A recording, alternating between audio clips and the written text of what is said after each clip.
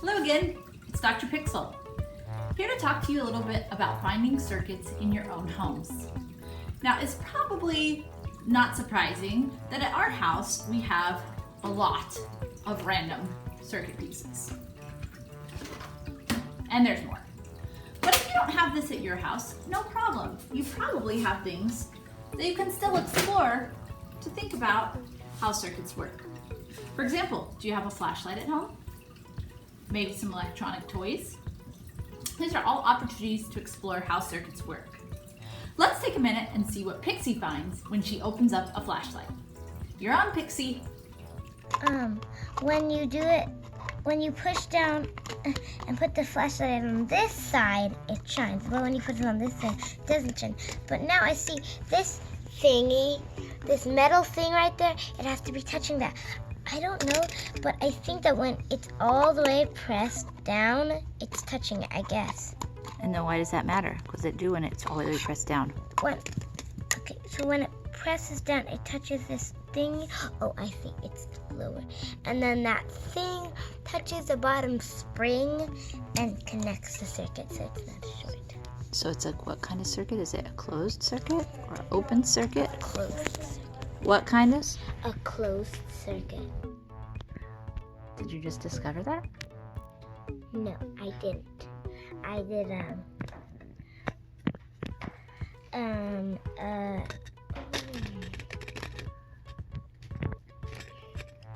can't remember what it's called. Something about Explore, and it told me that when a circuit's lights turned on, it is called a closed circuit. I don't get it. Does it make a full loop? It makes a full loop. Is that what that thing inside is, taking the loop from the bottom of the battery and doing what with it? And it's putting it into the battery. No, it's taking out the energy from the battery and using it. Into the light bulb? Yeah. Electronic toys are a great way to explore what's going on in circuits. For example, maybe you have a remote control car at home, or maybe a little toy robot. Now, Pixel and Pax got their own toy robots. And the robots are pretty cool, and we thank the U.S. Patent and Trade Office for sending them to us. This particular robot, well, he's pretty fun. Right? He lights up, moves around, it's a lot of cool stuff. Pixel opened up her robot to see what was going on inside. And what she found was pretty much a circuit that we could identify all of the pieces of. There's a little switch here. There's a battery pack. There's a bunch of LEDs. There's a little